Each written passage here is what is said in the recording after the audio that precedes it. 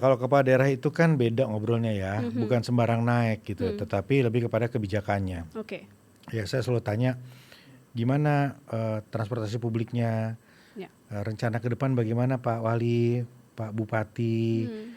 apakah akan terus mengandalkan angkutan umum seperti ini, Mhm. ada rencana nggak berpindah ke sistem TOD misalnya, Transit Oriented Development, Ya. atau sistem BTS yang sekarang banyak di banyak kota, Mhm. by the service begitu ya.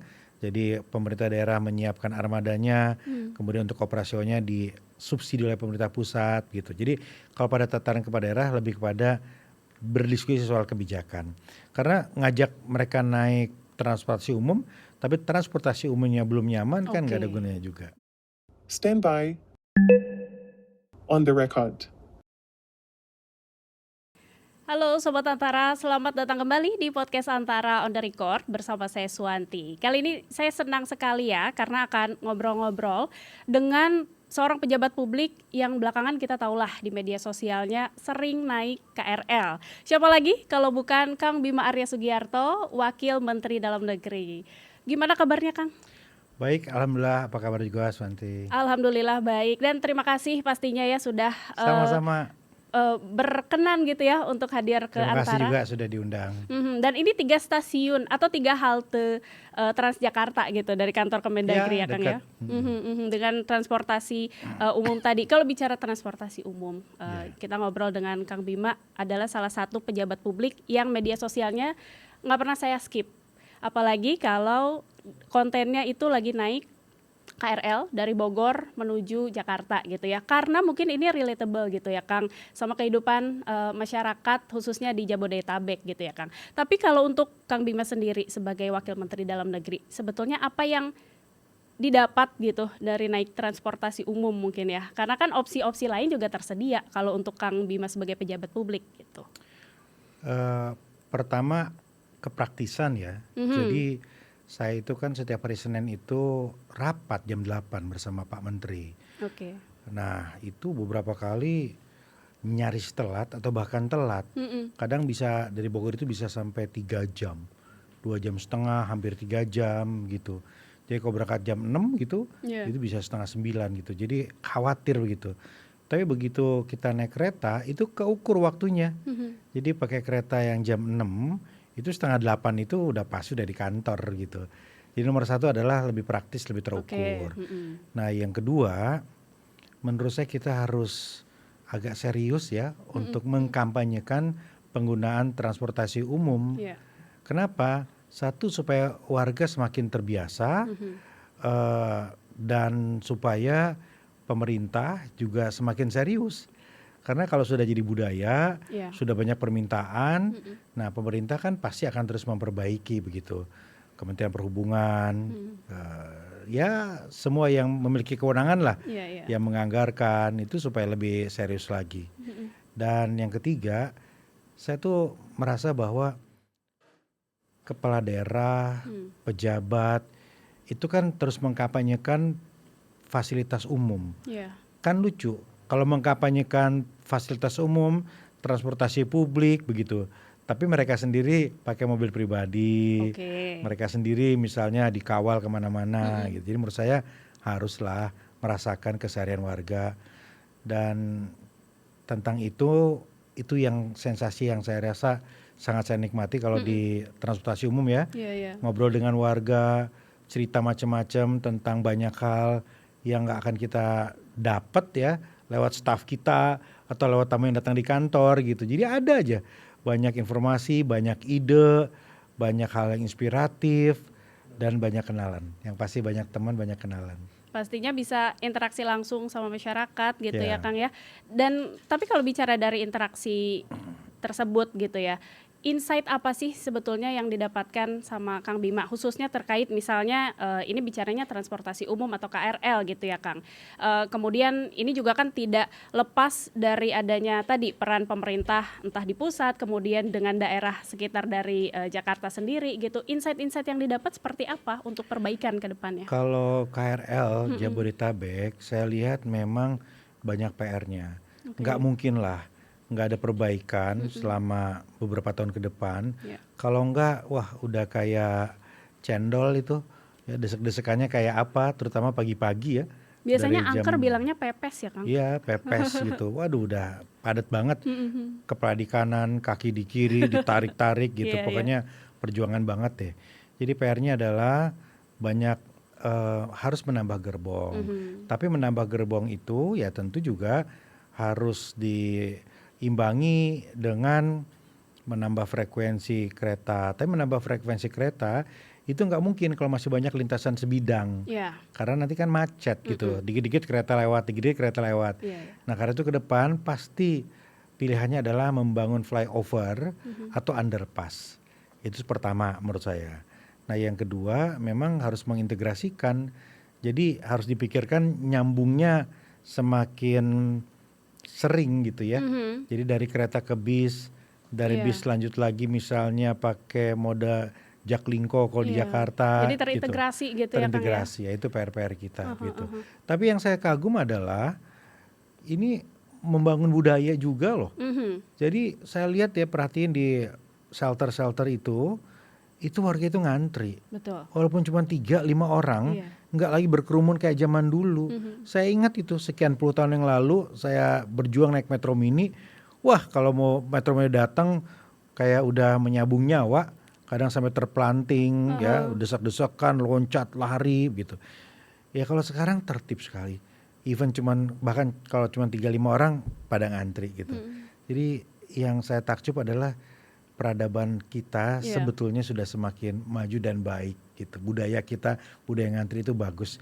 Jadi artinya inovasi, teknologi, penambahan infrastruktur ternyata berdampak berbanding lurus dengan kebudayaan kalau kita terus ciptakan. Oke. Ini kalau juga bicara dengan, ini kan tadi mencontohkan gitu ya, biar pejabat publik yang lain juga sedikit banyak bisa ikut gerakan untuk mengkampanyekan atau promote naik transportasi umum gitu Kang. Kalau dari kepala daerah ada nggak yang dipesenin secara khusus gitu? Cobalah untuk menaiki transportasi umum di wilayah masing-masing. Bisa responnya gimana Kang? Ya kalau kepala daerah itu kan beda ngobrolnya ya, bukan sembarang naik gitu, tetapi lebih kepada kebijakannya. Oke. Ya saya selalu tanya gimana transportasi publiknya, Ya. rencana ke depan bagaimana Pak Wali, Pak Bupati, apakah akan terus mengandalkan angkutan umum seperti ini, ada rencana nggak berpindah ke sistem TOD misalnya, Transit Oriented Development, Ya. atau sistem BTS yang sekarang banyak di banyak kota, by the service begitu ya. Jadi pemerintah daerah menyiapkan armadanya, kemudian untuk operasionalnya disubsidi oleh pemerintah pusat gitu. Jadi kalau pada tataran kepala daerah lebih kepada berdiskusi soal kebijakan. Karena ngajak mereka naik transportasi umum, tapi transportasi umumnya belum nyaman kan nggak ada Oke. gunanya juga. Jadi poinnya lebih ke untuk membangun agar transportasi umumnya memadai dulu gitu ya Kang ya. Iya. Oke. Kalau kita bicara sama seorang Kang Bima Arya gitu ya, dengan gaya kepemimpinannya yang sangat muda sih menurut saya gitu ya. Terus di media sosialnya juga seru-seru lah gitu ya. Apalagi kemarin belum lama juga Kang di IPDN juga. Iya. Untuk adanya retret itu part 2 ya Kang ya, bagian 2 dari yang retret sebelumnya kan di Iya, ini Magelang retret gitu ya. gelombang kedua, iya. Dari retret 2 kali seperti itu yang diharapkan secara khusus kepada kepala daerah, sebetulnya kepemimpinan semacam apa sih yang jadi catatan khusus Kang? Kepala daerah itu kan 80% itu baru kalau kita lihat datanya. Jadi sebagian besar itu nggak punya pengalaman. Oke. Jadi penting kepala daerah itu tahu tugas-tugasnya apa aja loh, kewajibannya apa aja, mana yang nggak boleh. Jangan sampai mereka tidak melakukan tugas pokoknya. Itu yang paling penting, prinsip yang pertama. Yang kedua, sekarang itu pemerintah nggak bisa sendiri. Iya. Pemerintah itu harus berkolaborasi. Kalau kata anak-anak sekarang collab ya. Jadi harus merangkul komunitas, merangkul kampus, pengusaha, akademisi, semua. Dan harus bekerja sama dengan kepala daerah yang lain. Jadi nggak bisa sendiri kalau dihadapkan masalah atau kalau ingin menjemput peluang, ya harus bisa sinergi. Ya poin-poin itulah sebetulnya kita tanamkan di retret baik yang pertama maupun yang kedua. Sejauh ini Kang Bima udah melihat ada memang ke arah sana kah sinergi tersebut? Saya tuh kalau ke ke daerah, Mm-mm. kayak kemarin gitu ya, saya ke Buton Tengah, Ya. ke Buton Selatan, dan ke Bau-Bau, mereka cerita betapa senangnya mereka setelah di retret, Mhm. karena setelah itu terus mereka membangun komunikasi, akrab, sinergi, bertukar ide, gagasan, itu kan bagus. Jadi target retret untuk menguatkan networking menurut saya dalam hal itu sudah tercapai. Oke, jadi memang retret ini satu terobosan baru juga kan ya Kang ya dari Sebetulnya Kemendagri. dulu Oke. waktu saya jadi wali kota, Mm-mm. saya juga diberikan pembekalan. Cuman waktu itu kan pilkadanya nggak serentak. Oh Pilkadanya iya. tuh Iya, terpisah-pisah, berbeda-beda jadwalnya ya. berbeda-beda. Ya, makanya kemudian waktu itu pembekalannya 50 orang, 60 Oke. orang, dan jangankan presiden ya, yang bicara itu nggak ada juga menterinya. Jadi zaman dulu pembekalannya itu nggak terlalu menarik sejujurnya. Oke. Nah, jadi ketika pilkadanya serentak, kemudian ya kita maksimalkanlah buat konsep yang bagus gitu ya, buat mereka supaya lebih berkesan.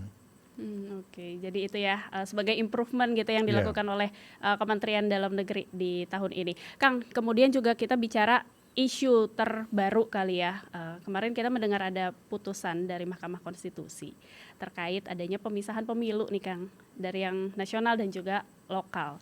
Sebetulnya seperti apa tanggapan dari Kemendagri gitu? Karena kalau kita mengutip lagi ya pernyataannya Kang Bima Arya waktu dipanggil oleh Presiden ke Istana pertama kali waktu itu, Kang Bima bicara bahwa Presiden berpesan supaya mengawal agar pemilu kita ini efisien gitu ya.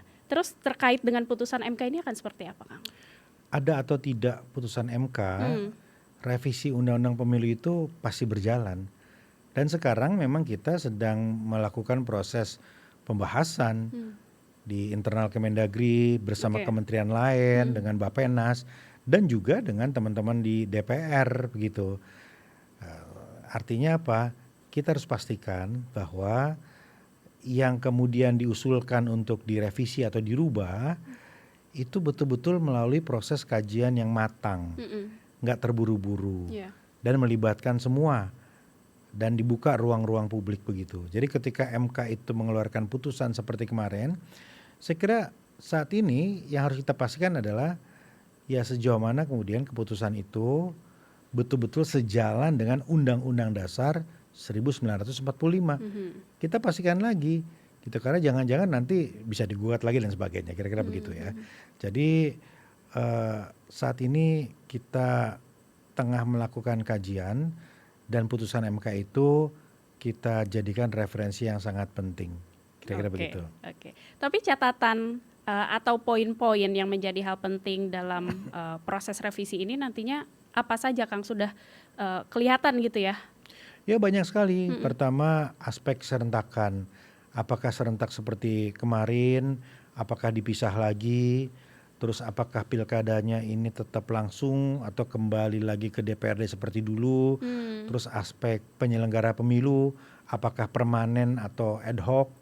Kemudian isu lain juga terkait misalnya dengan politik uang, pendanaan partai politik, itu kan juga penting untuk dilakukan kajian, karena kita ingin sistem politik kita itu sistem politik yang betul-betul bisa merepresentasikan apa yang ada di masyarakat. Jadi bukan sistem politik yang tertutup yang hanya didominasi oleh kelompok-kelompok tertentu. Jadi sistem yang terbuka, yang inklusif. Oke. Tapi artinya Kemendagri juga mengawal supaya artinya nanti ketika ada transisi pemerintahan atau jabatan begitu ya, ini tidak ada kekosongan posisi yang berarti begitu Kang, atau itu artinya pemerintahan di daerah misalnya masih bisa terus berjalan kah atau seperti apa sih? Prinsip utamanya adalah roda pemerintahan dan pelayanan publik tidak boleh terpengaruh oleh siklus kontestasi politik. Dia harus terus berjalan. Tetapi caranya seperti apa? Apakah ada penunjukan pejabat kepala daerah? Apakah ada perpanjangan masa jabatan? Nah itu yang masih terus dikaji. Arahnya sudah kemana nih Kang? Ya belum lah, kita masih Oke. membahas bersama-sama. Oke, tapi nanti untuk memitigasi risiko ataupun potensi begitu ya yang bisa muncul dari revisi regulasi ini akan seperti apa Kang? Yang pasti ruang publik itu harus dibuka. Mhm. Jadi publik itu bisa paham apa yang terjadi, Iya, iya. mengapa seperti ini. Karena itu kami berkeliling ke kampus-kampus, Hmm. ke pemerintahan daerah gitu untuk menyerap maunya apa dan untuk selalu mengupdate perkembangannya seperti apa. Oke. Dan isu lain mungkin ya Kang, ini kalau bicara soal Kemendagri kita bicara adanya birokrasi gitu ya. Iya. Sejauh ini dengan Kang Bima masuk ke tubuh Kemendagri, hal apa yang Kang Bima lihat dari sisi birokrasi kita? Karena kalau mungkin di masyarakat, di akar rumput ya, kita masih sering kali ya ada sedikit kebingungan, birokrasinya panjang dan lain sebagainya gitu ya Kang. Kang Bima melihat itu dari dalam seperti apa? Kemendagri ini kan kementerian yang banyak sekali urusannya. Betul. Kita ini kan supervisi, pembina, mendampingi pemerintahan daerah untuk menjalankan mandatnya, Ya. mengelola keuangan, kemudian melakukan inovasi daerah, kemudian fokus juga kepada pelayanan publik, Iya. pencatatan data-data kependudukan, banyak sekali. Nah di Kemendagri ini setiap komponen, dirjen-dirjen itu fokus ke bidang-bidang yang saya sebutkan tadi. Iya. Ya intinya kita ingin agar birokrasi ini bisa mempermudah, jangan Pasti. mempersulit.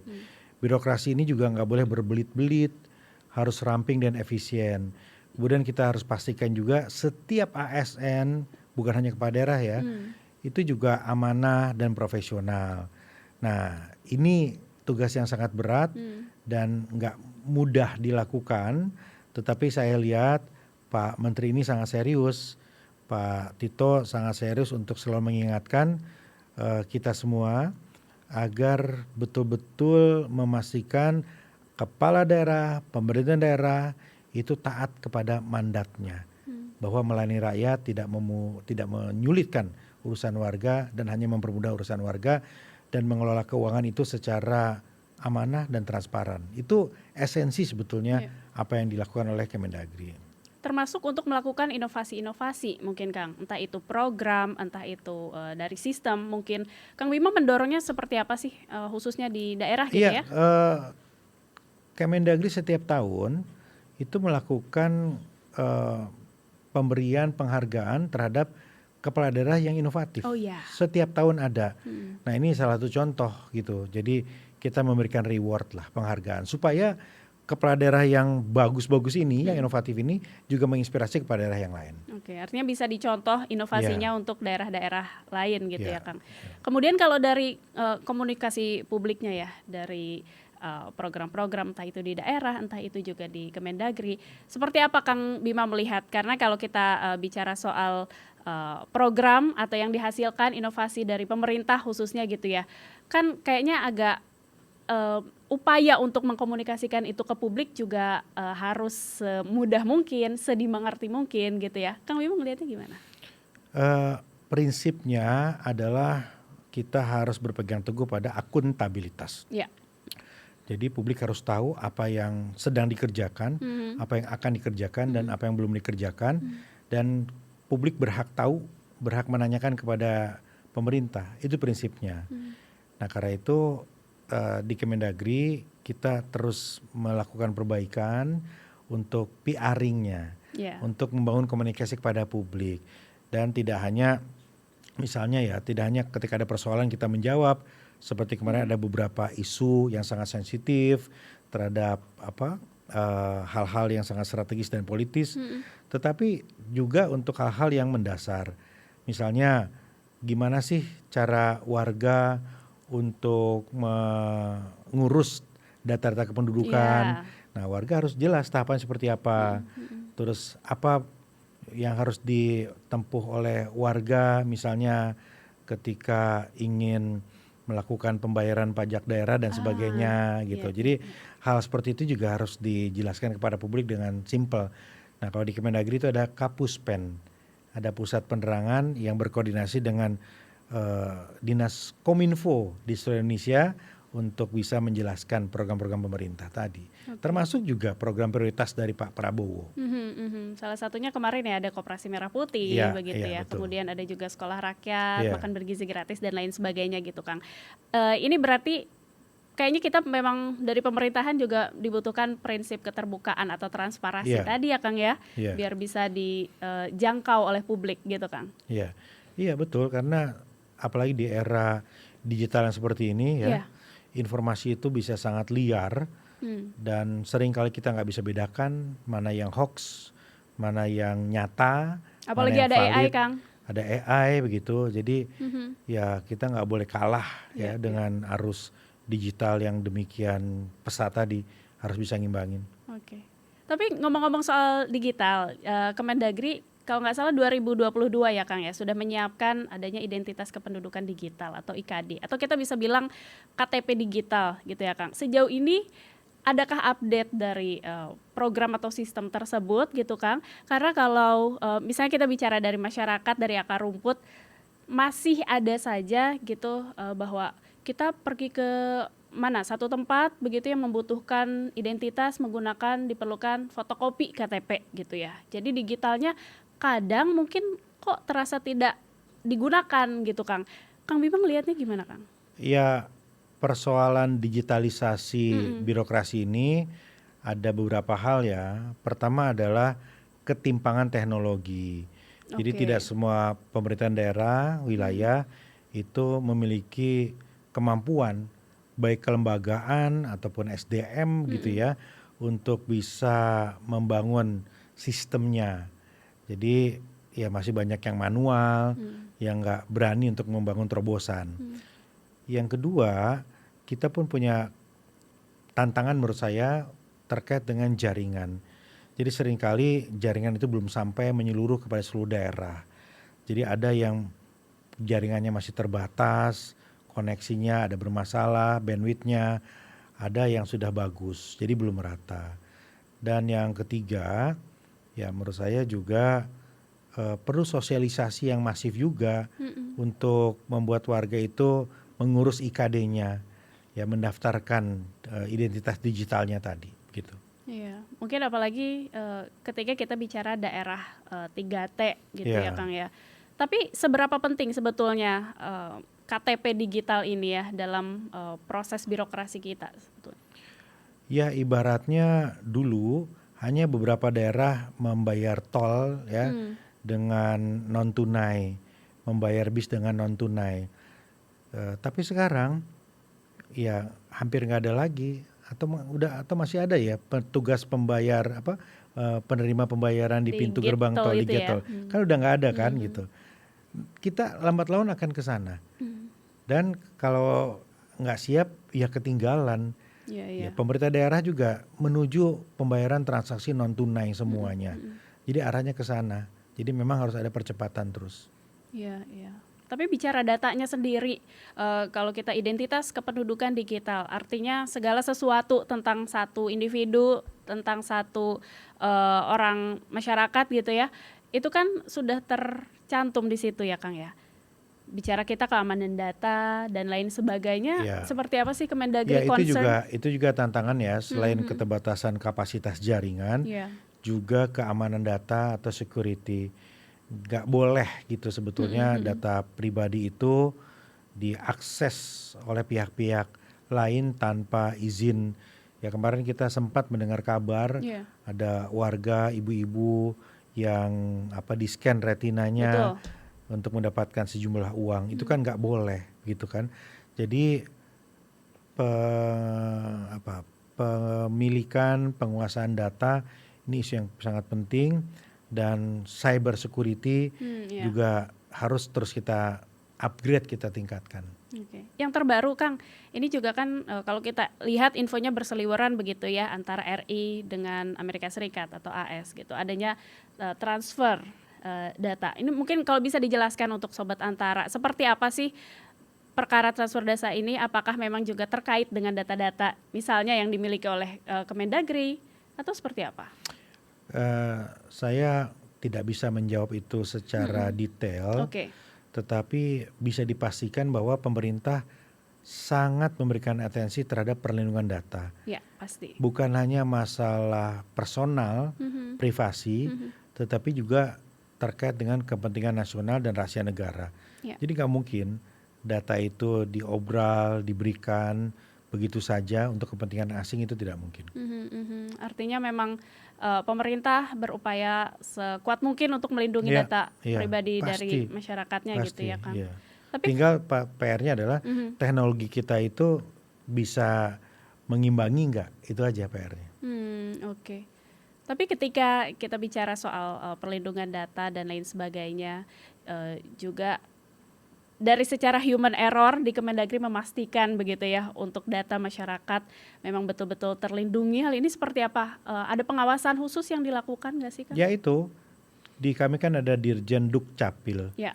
Nah di situ anggaran dialokasikan untuk penguatan jaringan, untuk juga kecanggihan pengamanan jaringannya. Jadi terus diupgrade lah lewat sistemnya tadi, dan kita juga akan merekrut ya konsultan, pendamping, tenaga ahli untuk selalu memastikan teknologi kita itu ya selalu update lah, selalu disesuaikan dengan kebutuhan. Ya, pastinya ya Kang, dengan pesatnya teknologi, Ya. perkembangannya yang terjadi selama ini. Kalau untuk Kang Bima sendiri mungkin ketika Kang Bima ada di Kemendagri, apa sih hal, entah itu sistem, entah itu program, entah itu cara kepemimpinan yang sebetulnya ingin diwariskan begitu ya nanti, entah itu ingin disebarkan kepada kepala daerah, pimpinan di daerah maupun di Kemendagri sendiri, atau untuk nanti pengganti selanjutnya gitu misalnya. Yang penting itu adalah menyiapkan sosok-sosok ASN yang bisa mengantarkan kita dan bahkan memimpin kita di tahun 2045. Iya. Jadi saya banyak bertemu anak-anak muda. Ya kemarin saya baru pulang dari Melbourne, Brisbane, dan Sydney. Oke. Ketemu banyak anak-anak muda ASN penerima beasiswa. Usianya 25 sampai 30 tahun begitu kan. Gen Z lah ya Kang Ya, ya. Gen Z ya. Mereka itu harus kita siapkan. Mereka harus selalu kita tingkatkan kapasitas kepemimpinannya, profesionalismenya, supaya mampu untuk mempercepat birokrasi kita ini menuju birokrasi yang profesional. Jadi PR kita begitu. Jadi udah nggak zamannya lagi lah ASN itu dilayani, udah nggak ada zamannya lagi lah ASN itu minta fasilitas lebih enak, enggak. Kita ini pelayan publik. Betul. Memilih karir jadi ASN, jadi pamong publik, yaitu adalah melayani, bukan dilayani. Dan untuk melayani ini kan kita harus punya skill, punya kapasitas. Jadi PR terbesar kita adalah itu. Jadi target-target kita yang banyak itu akan berat kalau kita tidak siapkan SDM di birokrasi yang handal. Oke, ini menarik Kang, karena bicara soal ASN khususnya mungkin yang Gen Z ya, generasi yang anak-anak muda gitu ya. Kang Bima melihat ada perbedaan preferensi atau perbedaan gaya yang seringkali dilakukan oleh ASN Gen Z nggak sih kalau dibandingkan dengan generasi-generasi berbeda? Ya banyak lah. Tim saya itu kan Gen Z semua. Oke. Ya tim lingkaran inti di kantor saya. Protokol, media gitu ya, perjalanan dinas, itu Gen Z semua. Justru saya belajar dari mereka untuk menyelami karakter Gen Z ini. Satu, mereka sebetulnya lebih adaptif, mereka lebih terbuka, mereka lebih inklusif gitu, dan mereka juga cenderung memiliki passion ya, memiliki ambisi, target-target yang lebih dari generasi sebelumnya menurut saya. Cuman ada catatannya. Seperti apa Kang? Gen Z ini karena sekarang ini terkoneksi dengan sempurna ke seluruh penjuru dunia dengan informasi yang tak terbatas, maka Gen Z ini cenderung sangat mudah untuk khawatir, sangat mudah untuk insecure, sangat mudah untuk menjadi paranoid. Gitu. Agak anxious gitu ya. Agak anxious gitu. Jadi perlu dikuatkan karakter buildingnya, perlu pastikan ada afirmasi-afirmasi, kepastian-kepastian untuk membuat mereka itu percaya diri dan confidence. Jadi kecerdasan, komunikasi udah di atas rata-rata. Tinggal karakternya yang lebih fighter saja menurut saya yang harus terus dipupuk. Artinya Kang Bima mungkin di timnya sendiri begitu ya, atau untuk di tim lain ASN Gen Z, ini ada perlakuan atau treatment khusus nggak sih yang memang harus dilakukan kepada ASN generasi muda ini? Dua hal, yang pertama saya sering mendengar, saya ingin dapat masukan dari mereka dalam banyak hal. Yang kedua, saya selalu lakukan pembekalan kepemimpinan, nilai-nilai. Jadi dua arah lah ya. Iya. Satu sisi saya mendengar, meminta masukan, mengupdate dari mereka. Sisi lain ya untuk pertukarannya saya tanamkan nilai-nilai. Jadi ada yang adaptif, ada yang universal. Kalau skill itu kan adaptif, menyesuaikan, relatif lah. Tapi kalau nilai-nilai itu universal. Ya bukan berarti karena sekarang Gen Z mereka boleh ngebohong. Bukan berarti karena sekarang Gen Z mereka kemudian gak beriman. Ya enggak lah. Jadi yang universal inilah yang saya terus ingatkan dan tanamkan ke mereka. Artinya memang tetap ada koneksi dengan nilai-nilai yang dipegang sejak lama gitu ya Kang ya. Oke. Mungkin Kang, terakhir ini pesan-pesannya dari Kang Bima Arya gitu selaku Wakil Menteri Dalam Negeri untuk para ASN juga di luar sana, untuk para anak muda ASN, seperti apa sih Kang? Hidup itu adalah pilihan. Memilih untuk menjadi ASN adalah memilih untuk menjadi pelayan dan melayani. Artinya banyak konsekuensi dari situ.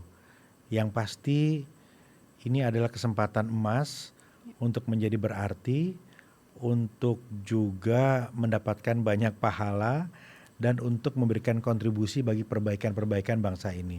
Jadi jangan lewatkan kesempatan ini.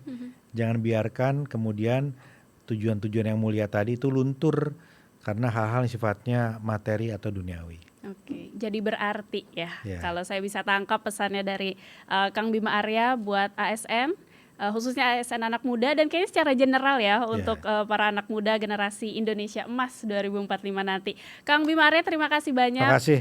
Sudah hadir dan sharing begitu ya.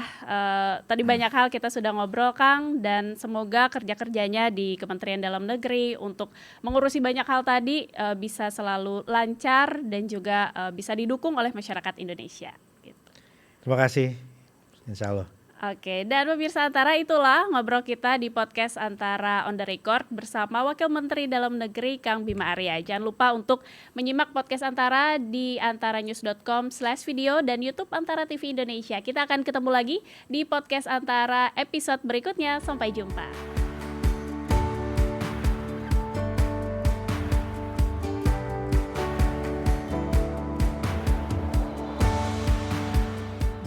Stand by. On the record.